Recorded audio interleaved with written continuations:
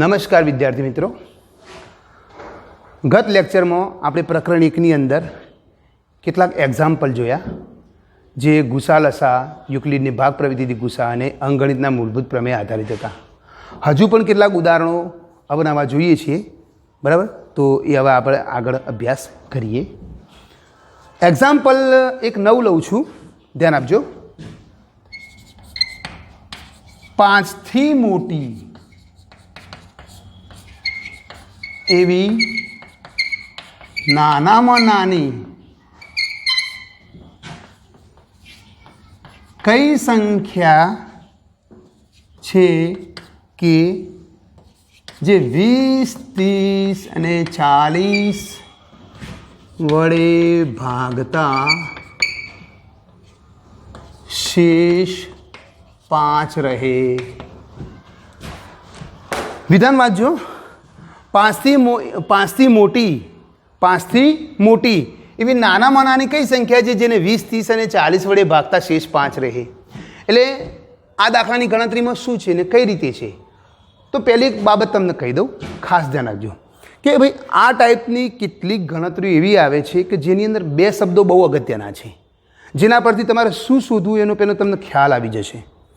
એક મહત્તમ શબ્દ હોય કોઈ ગણતરીમાં તો જનરલી એમાં આપણે ગુસા શોધીશું, અને ન્યૂનતમ અથવા નાનામાં નાનો જેવો શબ્દ હોય તો એમાં જનરલી આપણે લસા શોધીશું.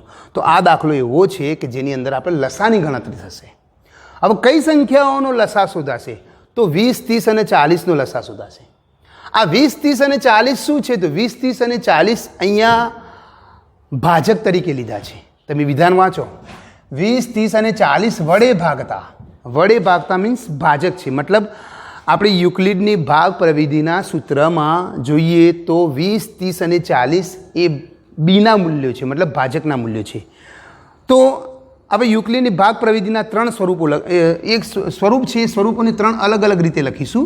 તો જોજો, A બરાબર B1 Q1 પ્લસ R. તમે વિચારશો કે કેમ B1 Q1 લીધું? તો B1 Q1 એટલા માટે લીધું કે આપણે અહીંયા ભાજક બધા અલગ અલગ છે, જોઈ લો. એટલે આપણે એને અલગ અલગ નામથી દર્શાવીશું. A બરાબર B2 Q2 પ્લસ R, અને ત્રીજું છે A બરાબર B3 Q3 plus R. Okay, તો આ 3 સ્વરૂપો, એટલે મતલબ કે એક જ સ્વરૂપ છે પણ 3 અલગ અલગ સ્વરૂપમાં આપણે લખ્યા છે. હવે આને આ મૂલ્ય આપણે અહીંયા મૂકીએ. જો શેષ જનરલી અહીંયા એક જ છે, બધાની શેષ 5 છે. એટલે મેં જુઓ આરને બહુ સેમ ટુ સેમ દર્શાવ્યા. ઓલી એક ગણતરી હતી અગાઉની, એ અગાઉની ગણતરીની અંદર શેષો અલગ અલગ હતી, બરાબર છે? એમાં ભાજક શોધવાનું તો ભાજ્ય આપેલું હતું. આની અંદર ભાજક આપેલો છે, ભાજ્ય શોધવાનું છે. ઓકે, થોડો ફરક છે, તો ધ્યાન આપજો.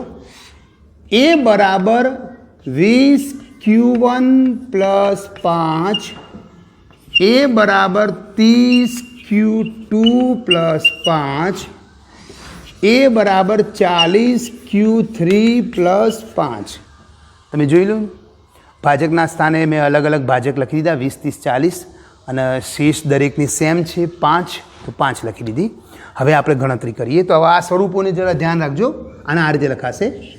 20 Q1 બરાબર A માઇનસ 5, 5ને આપણે પેલી બાર લઈ જઈશું તો A માઇનસ 5 થશે. ઓકે, ચલો. 30 Q2 બરાબર A માઇનસ 5. ઓકે, અને અહીંયા 40 Q3 બરાબર A માઇનસ 5. ઓકે, તો આ સ્વરૂપ આપણે લખી દીધા. 20 Q1 બરાબર A માઇનસ 5, 30 Q2 બરાબર A માઇનસ 5, 40 Q3 બરાબર A માઇનસ 5. ઓકે, હવે જુઓ, હવે શું કરીશું? તો 20, 30 ને 40નો લસા શોધીશું. તો 20, 30 અને 40, ચલો એના અવિભાજ્ય હવે પાડીએ. તો 20 એટલે 2 ગુણ્યા 2 ગુણ્યા 5, 30 એટલે 2 ગુણ્યા 3 ગુણ્યા 5, અને 40 એટલે 2 ગુણ્યા 2 ગુણ્યા 2 ગુણ્યા 5. ગુસાના દાખલાઓની અંદર આ રીતે આપણે અવયવ મેળવતા હતા. એ તે લસાની ગણતરીમાં પણ આ રીતે આપણે અવિભાજ્ય અવયવ મેળવવાના. હવે અવિભાજ્ય અવયવને આપણે ટૂંકમાં લખીએ છીએ ઘાતાંક સ્વરૂપે. તો 2 ની 2 ઘાત 5 2 ગુણ્યા 3 ગુણ્યા 5 એક ઘાત તો આપણે દર્શાવી નહીં તો પણ ચાલશે અને 2 ની 3 ઘાત ગુણ્યા 5. હવે લસામાં તો તમે જાણો છો ને કે ભાઈ લસા 20 30 40 બરાબર. હવે લસામાં શું કરવાનું હોય તો લસામાં તમે જાણો છો ભાઈ તમામ સંખ્યાઓની મહત્તમ ઘાતાંક લેવાની. હવે આમાં બધી જ સંખ્યાઓની આપણે મહત્તમ ઘાતાંક લઈએ. ચલો 2 પહેલાં 2 જોઈ લીધું. ચલો 2 ની મોટામાં મોટી ઘાત 3 પછી આપણે ધારો કે 3 લઈએ બરાબર તો 3 ની મોટામાં મોટી ઘાત અહીંયા 1 છે અને 5 લઈએ તો 5 ની પણ મોટામાં મોટી ઘાત 1 જ છે બરાબર છે. તો 2 ની 3 ઘાત એટલે 8 ગુણ્યા 3 ગુણ્યા 5 5 તરી 15 8 120 મતલબ 20 30 અને 40 નો ગુસા કેટલો મળે આપણને 120 મળ્યો. ધ્યાન રાખજો અહીંયા કેટલો મળ્યો 120. હવે આપણે શોધવાનું છે ભાઈ 5 થી મોટી ને એવી નાનામાં નાનો ધન પૂર્ણાંક બરાબર જે શોધવાનું છે તો ધ્યાન આપજો. અહીંયા ગણતરી થોડી બાકી છે. ન્યૂનતમ ધન પૂર્ણાંક બરાબર લસા 20 30 40. ન્યૂનતમ ધન પૂર્ણાંક બરાબર લસા 20 30 40. આ રીતે એક સ્વરૂપ લગાવવાનું. ન્યૂનતમ ધન પૂર્ણાંક શોધવા માટે જોજો ધ્યાન આપજો. ન્યૂનતમ ધન પૂર્ણાંક બરાબર લસા 20 30 40 એટલે 20 30 40 માં આપણે લસા મૂકીએ. હવે ન્યૂનતમ ધન પૂર્ણાંક કયો તો a-5 બરાબર લસા કેટલો તો 120. તો હવે 5 ને આ બદલાઈશું તો a બરાબર 120 પ્લસ 5 મીન્સ a બરાબર 125. આ 125 શું આવ્યું તો 125 એ 5 થી મોટો અને નાનામાં નાનો ધન પૂર્ણાંક આવ્યો કે જેને 20 30 અને 40 વડે ભાગતો શેષ 5 રહે બરાબર છે. તો 5 થી લખું છું એટલે 5 થી મોટો નાનામાં નાનો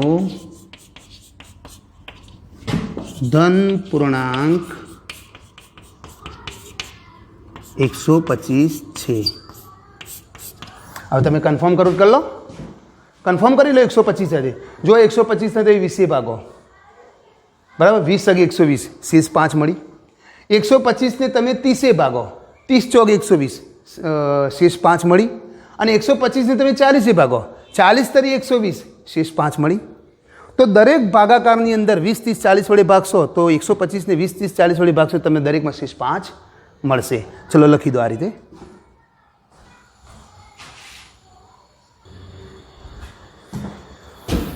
હવે બીજું એક નવું એક્ઝામ્પલ ગણીશું. ચલો ધ્યાન રાખજો.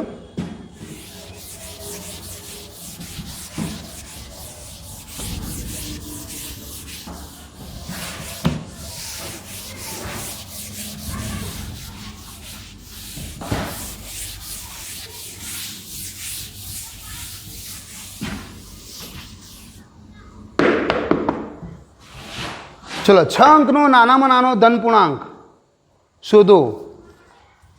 6 અંકનો એક્ઝામ્પલ જોજો. 6 અંકનો નાનામાં નાનો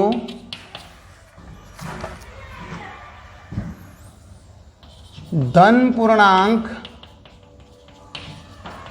શોધો જે 18 24 અને 30 વડે વિભાજ્ય હોય. 18 24 અને 30 વડે વિભાજ્ય હોય. ધ્યાન રાખજો ખાસ ભાઈ. 6 અંકનો નાનામાં નાનો 6 અંકનો એટલે હવે 6 અંકનો નાનામાં નાનો બરાબર ખ્યાલ આવ્યો ને. 6 અંકનો નાનામાં નાનો ધન પૂર્ણાંક કયો તો 1 લાખ બરાબર. 6 અંકનો નાનામાં નાનો ધન પૂર્ણાંક 1 લાખ. અને 6 તમે શબ્દોમાં લખશો તો પણ ચાલશે. ઓકે 6 અંકનો નાનામાં નાનો ધન પૂર્ણાંક એટલે 1 લાખ. હવે 1 લાખ નાનામાં નાનો ધન પૂર્ણાંક પણ આપણે એવો ધન પૂર્ણાંક શોધવાનો છે કે જેને 18 24 અને 30 વડે ભાગી શકાય. હવે 1 લાખને નહીં ભાગી શકાય. 1 લાખ તમે લેશો તો એને 18 24 અને 30 વડે ભાગશો તો તમને વિભાજ્ય નહીં મળે બરાબર. પણ આપણે નાનામાં નાનો ધન પૂર્ણાંક શોધ્યો છે અને નાનામાં નાનો ધન પૂર્ણાંક શોધવાનું કહ્યું એટલે આમાં શું આવશે લસા આવશે. તો આપણે સૌપ્રથમ પહેલાં 18 24 અને 30નો લસા શોધીશું. તો જુઓ 18 24 અને 30 લસા સુધી કાઢો. હવે 18 એટલે 2 ગુણ્યા 3 ગુણ્યા 3, 3 કરી 9 દુ 18, ચલો 24, 2 દુ 4 દુ 8 ગુણ્યા 2 દુ 4 દુ 8 ગુણ્યા 3, એટલે 2 દુ 4 દુ 8 અને 8 તરી 24 અને 2 ગુણ્યા 3 ગુણ્યા 5, બરાબર. તો ચાલે આને ઘાતાંક સ્વરૂપે લખીએ તો 2 3 ની 2 ઘાત, 2 ની 3 ઘાત, 3 ની 1 ઘાત અને 2 ગુણ્યા 3 ગુણ્યા 5, 1 ઘાત આપણે લખતા નથી. ઓકે, ચલો આનો ગુસા મેળવીએ આપણે, સોરી લસા મેળવીએ.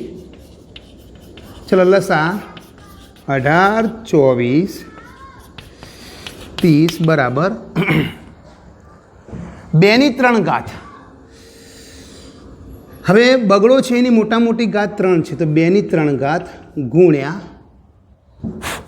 હવે 3 જુઓ, 3 ની મોટા મોટી ઘાત કેટલી છે તો 2 છે, તો 3 ની 2 ઘાત અને 5 ની 1 ઘાત. ખ્યાલ તો છે ને, તમામ સંખ્યાઓનો મહત્તમ ઘાતાંક લેવાનો. તો 2 ની 3 ઘાત એટલે 8, 3 નો વર્ગ એટલે 9 અને 5, બરાબર. 9 8 72 અને 72 5 360, કેટલા થાય 360 થશે. ઓકે, તો 360 શું આવ્યું તો 360 18 24 અને 30 નો લસા આવ્યો. હવે ધ્યાન આપજો ખાસ. હવે શું કરવાનું, હવે પેલું 6 અંકનો જે નાનામાં નાનો અંક છે ને, 6 નાનામાં નાનો જે ધન પૂર્ણાંક છે, એ 6 અંકના નાનામાં નાના ધન પૂર્ણાંક એટલે કે 1 લાખ, એના આપણે 360 વડે ભાગીશું. ચલો, 6 અંકનો નાનામાં નાનો ધન પૂર્ણાંક 1 લાખ છે, રાઈટ. આ તો જાણો છો ને બધા. ઓકે, હવે આને આપણે 360 વડે ભાગવાના. તો 1 લાખને 360 વડે ભાગતા મળતો ધન પૂર્ણાંક. હવે 1 લાખને 360 વડે ભાગતા મળતો ધન પૂર્ણાંક એટલે 1 લાખ ભાગ્યા 360. હવે એક શૂન્ય તો ઉડાડી દો અને હવે ભાગાકાર જુઓ તો કેટલો આવશે. તમે આનો ભાગાકાર કરજો, હું તમને કહી દઉં છું અત્યારે, બરાબર. 277.77 277.77 આટલો આવે. આ 1 લાખને 360 વડે ભાગતા મળતો ધન પૂર્ણાંક આવ્યો. 1 લાખને 360 વડે ભાગતા મળતો ધન પૂર્ણાંક આવ્યો. હવે તમે જુઓ, હવે 1 લાખને 360 વડે ભાગતા મળતો ધન પૂર્ણાંક આવ્યો 277.77. એનો મતલબ કે આ 3 સંખ્યાઓ વડે તમે 1 લાખને ભાગશો ને તો એ વિભાજ્ય મળશે નહીં, કેમ કે એનો જવાબ તમને કેવો મળ્યો, પોઈન્ટ મળ્યો. આના પરથી તમને ખ્યાલ આવે 277.77 આવ્યો, પોઈન્ટમાં આવ્યો, મતલબ દશાંશ સ્વરૂપને આપણને જવાબ મળ્યો. એના પરથી તમને ખબર પડશે કે 1 લાખની તો 18 24 અને 30 વડે ભાગી શકાશે નહીં. તો શું કરવાનું હવે ગણતરીમાં, તો હવે આપણે શું કરીશું ધ્યાન આપજો. 277.77 નો નજીકનો ધન પૂર્ણાંક. હવે આનો નજીકનો ધન પૂર્ણાંક લેવાનો, બરાબર. નજીકનો ધન પૂર્ણાંક મળતો પૂર્ણાંક, સોરી અહીંયા નજીકનો ધન પૂર્ણાંક 277.77 નજીકનો ધન પૂર્ણાંક લઈશું. તો 277.77 નો નજીકનો ધન પૂર્ણાંક કેટલો થાય 278. કેમ કે રાઉન્ડ ફિગર તમે જુઓ તો 277 પોઈન્ટ છે, એના પછી નજીકનો કયો આવે મોટી સંખ્યામાં 278 આવશે, બરાબર. આ 278 આનાથી શું થશે. હવે તમે કહેશો કેમ સાહેબ આવું લીધું, પ્રશ્ન થશે દરેકને કે 277.77 ને 278 કેમ કર્યું. કેમ કે તમે જાણો છો કે આ આપણને દશાંશ સ્વરૂપ મળ્યું છે, એનો મતલબ એ કે 18 24 અને 30 વડે આ સંખ્યાને વિભાજ્ય નથી, રાઈટ. આના પરથી ખ્યાલ આવે. પણ હવે આપણે નજીકનો ધન પૂર્ણાંક લીધો એટલે પોઈન્ટ જે હતા એ 278, એના પછીનો નજીકનો અંક આપણે ધન પૂર્ણાંક જે લીધો આપણે, બરાબર, પૂર્ણાંક સ્વરૂપનું જે પદ લીધું, ઓકે. તો એ પૂર્ણાંક સ્વરૂપનું જે પદ લીધું એ પદને આપણે અહીંયા હવે આપણે એને 360 ગુણીશું, જે અંક આવશે એ તમારા નજીકનો ધન પૂર્ણાંક કહેવાશે, જે 18 24 અને 30 વડે વિભાજ્ય બનતું છે. તો જોઈ લેજો. હવે નાનામાં નાનો ધન પૂર્ણાંક 6 અંકનો નાનામાં નાનો ધન પૂર્ણાંક 278 ગુણ્યા હવે આપણે 360 સાથે ફરીથી કરી દેવાના. એટલે શું થશે? 6 અંકનો નાનામાં નાનો ધન પૂર્ણાંક, બરાબર. એટલે આ વિધાન કઈ રીતે લખાશે? 6 અંકનો નાનામાં નાનો ધન પૂર્ણાંક. આખું વિધાન પૂરું કરું છું. 200 કેટલા આવશે હું તમને કહી દઉં તો 1,80,000 જે 6 અંકનો નાનામાં નાનો ધન પૂર્ણાંક કેટલો? 1,80,000 જે 18, 24 અને 30 વડે વિભાજ્ય છે. ઓકે, તો ખ્યાલ આવી ગયો આખો. 6 અંકનો નાનામાં નાનો ધન પૂર્ણાંક 278 ગુણ્યા 317 એટલે કે 1,80,000 જે 18, 24 અને 30 વડે વિભાજ્ય છે. તો તમે 1,80,000 એ એટલે શું છે? 6 અંકનો નાનામાં નાનો પૂર્ણાંક થયો. 1,80,000 ને તમે 18, 24 અને 30 વડે ભાગશો તો તમને વિભાજ્ય સંખ્યા તરીકે મળશે. એટલે નાનામાં નાનો ધન પૂર્ણાંક છે જે 6 અંકનો કહેવાશે. તો લખી દો આ રીતે.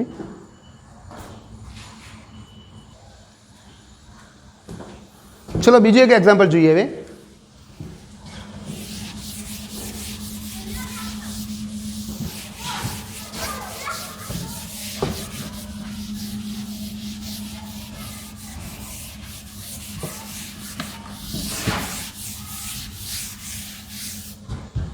જુઓ, એક દુકાનમાં 96 અંગ્રેજીના, જોજો ધ્યાન આપજો,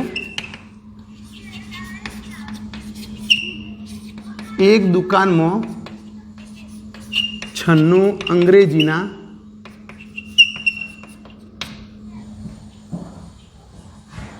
240 ગુજરાતીના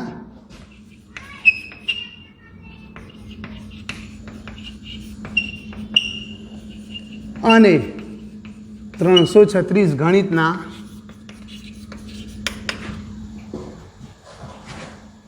પુસ્તકો છે.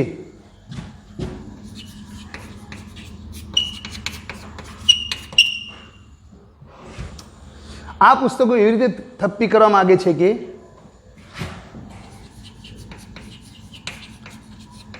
આ પુસ્તકોને એવી રીતે થપ્પી કરવા માગે છે કે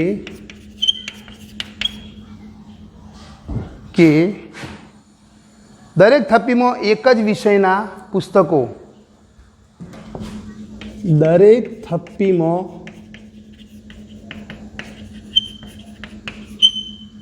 એક જ વિષયના પુસ્તકો અને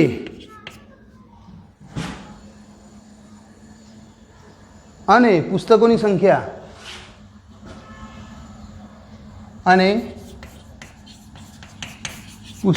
સંખ્યા સમાન રહે.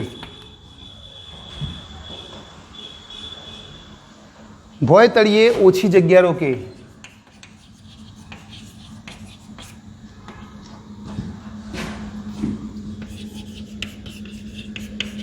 ઓછામાં ઓછી જગ્યા રોકે.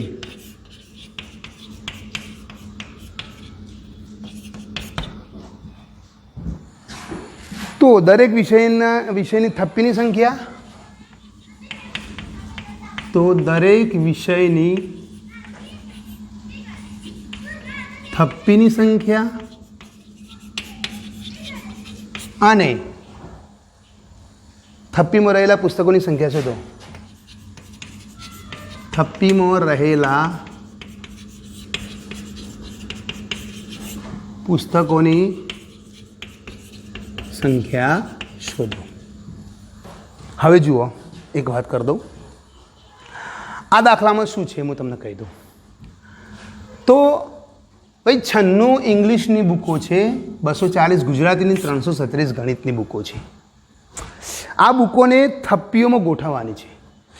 ઘણીવાર આપણે જોઈએ છે કે પુસ્તકો અથવા ચોપડા આપણે વિદ્યાર્થીઓ ખાનામાં ગોઠવતા હોય છે. જનરલી જોઈએ તો હવે ગોઠવણી કેવી કરીએ તો આમ ધારો કે વધઘટ હોય સમાન રહે આ થપ્પીઓ સમાન રહે, સમાન ગોઠવણી કરવાની. અને એમાં દરેક થપ્પીમાં એ જ વિષયના પુસ્તકો હોવા જોઈએ. ધારો કે ઇંગ્લિશના પુસ્તકો તો એ થપ્પીઓ કેટલી થાય છે અને એમાં પુસ્તકોની સંખ્યા કેટલી છે. તો ભાઈ ચાલો ગણિતના 240 છે તો એની અંદર એની થપ્પીઓ કેટલી થાય છે અને એમાં પુસ્તકોની સંખ્યા કેટલી છે. અને ગુજરાતીના અને ગણિતના 336 પુસ્તકો છે તો એની થપ્પીઓ કેટલી અને એમાં પુસ્તકોની સંખ્યા કેટલી છે. હવે એવું કહે છે કે દરેકની થપ્પીઓ કરો, ઇંગ્લિશ, ગુજરાતી અને ગણિત બધા જ વિષયના પુસ્તકોની થપ્પીઓ, થપ્પીઓની અંદર રહેલી સંખ્યા સમાન હોવી જોઈએ. તો થપ્પીઓની અંદર રહેલી સંખ્યા સમાન છે એ માટે આપણે અહીંયા શું કરીશું, તો આપણે અહીંયા ગુસા શોધીશું. શું શોધીશું ભાઈ? ગુસા. કેમ કે જનરલી કોઈ વિદ્યાર્થી સમજી શકે આ દાખલાને કે આપણે પુસ્તકોને ગોઠવવાના છે કે ભાઈ ચલો 96 પુસ્તકો છે તો આ 96માંથી અંગ્રેજીના પુસ્તકો કેટલા કેટલા ગોઠવા છે એક જગ્યાએ, બરાબર છે. તો આના પરથી તમને ખ્યાલ આવી જવો જોઈએ કે આપણે થપ્પીઓની સંખ્યા અને થપ્પીમાં રહેલા પુસ્તકોની સંખ્યા ગોઠવવાની છે, જેટલા કારણે આપણે અહીંયા ગુસા શોધીશું. આવું જુઓ, 96 મતલબ 96, પછી 240 અને 336નો ગુસા શોધીશું, બરાબર. તો ધ્યાન આપો ખાસ. હવે એમાં શું કહે છે કે ભાઈ ચલો એના હવે પાડો, અવિભાજ્ય હવે 96 એટલે 2 દુ 4 દુ 8 દુ 16 દુ 32 ગુણ્યા 3, 2 દુ 4 દુ 8 દુ 16 દુ 32, 32 ગુણ્યા 3 એટલે કેટલા થાય? 96. તો 2 ની 5 ઘાત, 3 ની 1 ઘાત. ઓકે, ચલો હવે 240 હવે પાડો. તો 240 કયા આવશે? તો 2 દુ 4 દુ 8 દુ 16, 16 તરી 48 અને 48 ગુણ્યા 5, 48 પંચું 240 એટલે 4 પંચું 20, 200 અને 8 પંચું, બરાબર. તો 240 થઈ ગયા. 5 તરી 15 દુ 30 દુ 60 દુ 120 દુ 240. ઓકે, ચલો 2 ની કન્ફર્મ કરી લેવાનું તમારે. 1 2 3 4, 2 ની 4 ઘાત, 3 ની 1 ઘાત, 5 ની 1 ઘાત. અને હવે આપણે જોઈએ 360. તો 360 કયા હવે પડશે? તો જોજો, 2 દુ 4 દુ 8 દુ 16, 16 તરી 48 અને 48 ગુણ્યા 8 × 56, 7. ઓકે, તો 2 દુ 4 દુ 8 દુ 16 ગુણ્યા 3, 48 ને 48 × 200, 48 × 336. તો 2 ની 4 ઘાત, 3 ની 1 ઘાત, 7 ની 1 ઘાત. ઓકે, તો ચલો આપણે હવે ગુસા શોધી કાઢીએ. તો ગુસા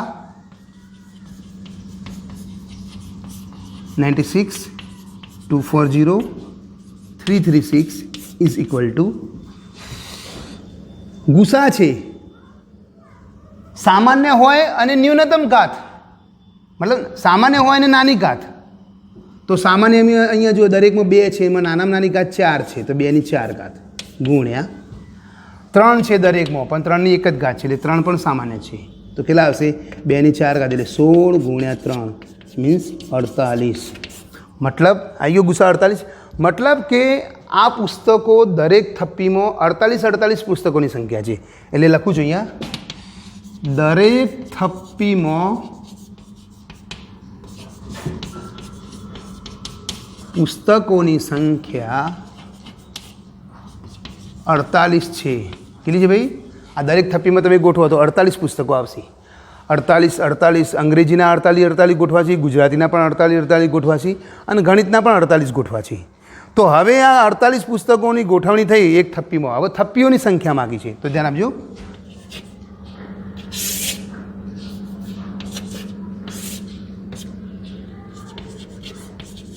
થપ્પીઓની સંખ્યા એમાં પહેલાં અંગ્રેજી, બરાબર. ચલો અંગ્રેજી. હવે અંગ્રેજીના ટોટલ પુસ્તકો કેટલા?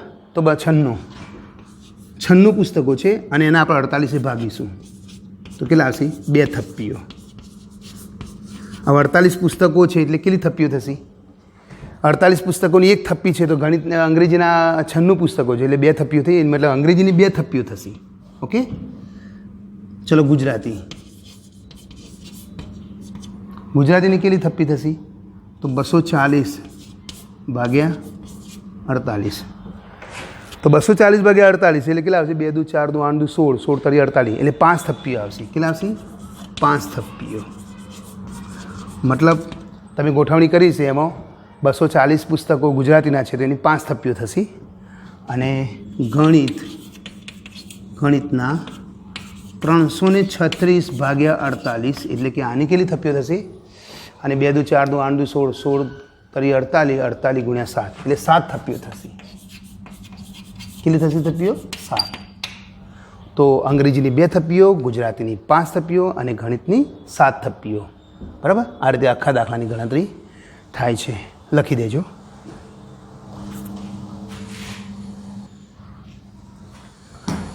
ચલો તો હવે એક બીજો એક્ઝામ્પલ એક નવું ગણીએ. ધ્યાન આપજો.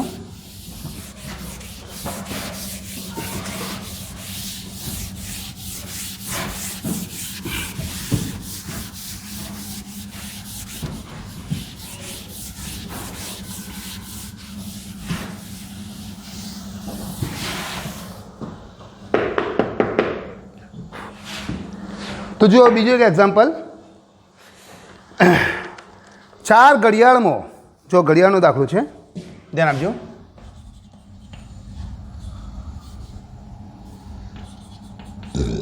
4 ઘડિયાળમાં અનુક્રમે 8 સેકન્ડ, 12 સેકન્ડ, 15 સેકન્ડ, 18 સેકન્ડ ના અંતરાલે એલાર્મ વાગે છે.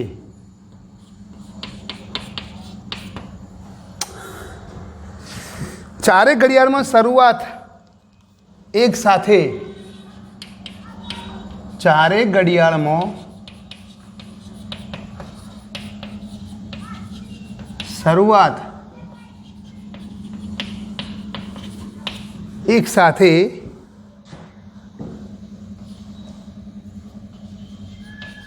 એલાર્મ વાગવાનું શરૂ થાય છે.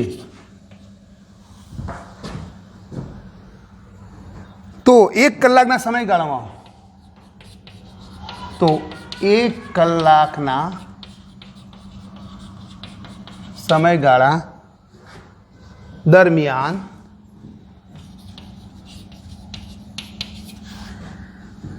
શરૂઆતના એલાર્મ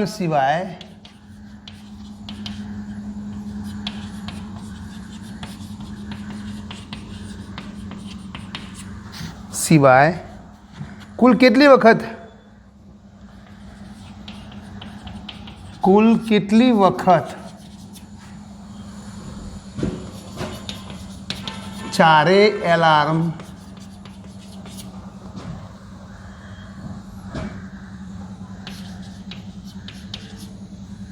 એક સાથે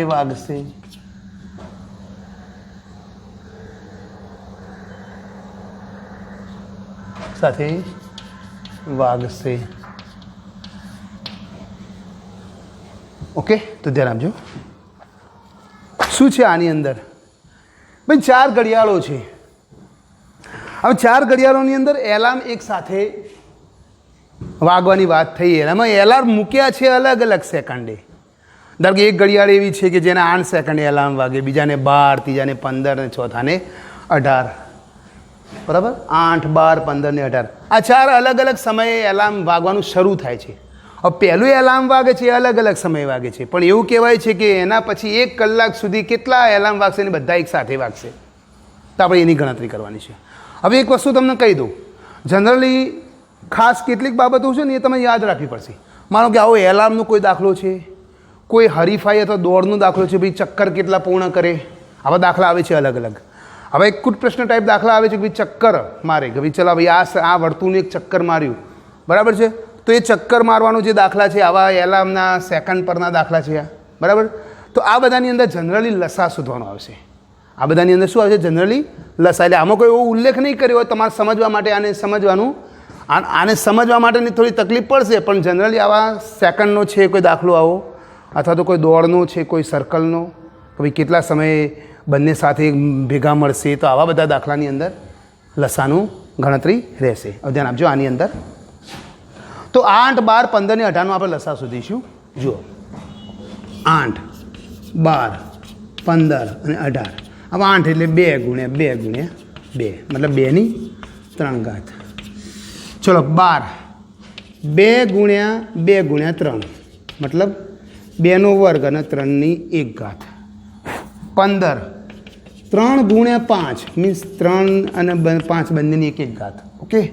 અને ચોથું છે 18, 2 ગુણ્યા 3 ગુણ્યા 3, મતલબ 2 ની 1 ઘાત ને 3 ની 2 ઘાત. ચલો ધ્યાન આપજો. હવે આનો લસા શોધીએ. તો જુઓ લસા.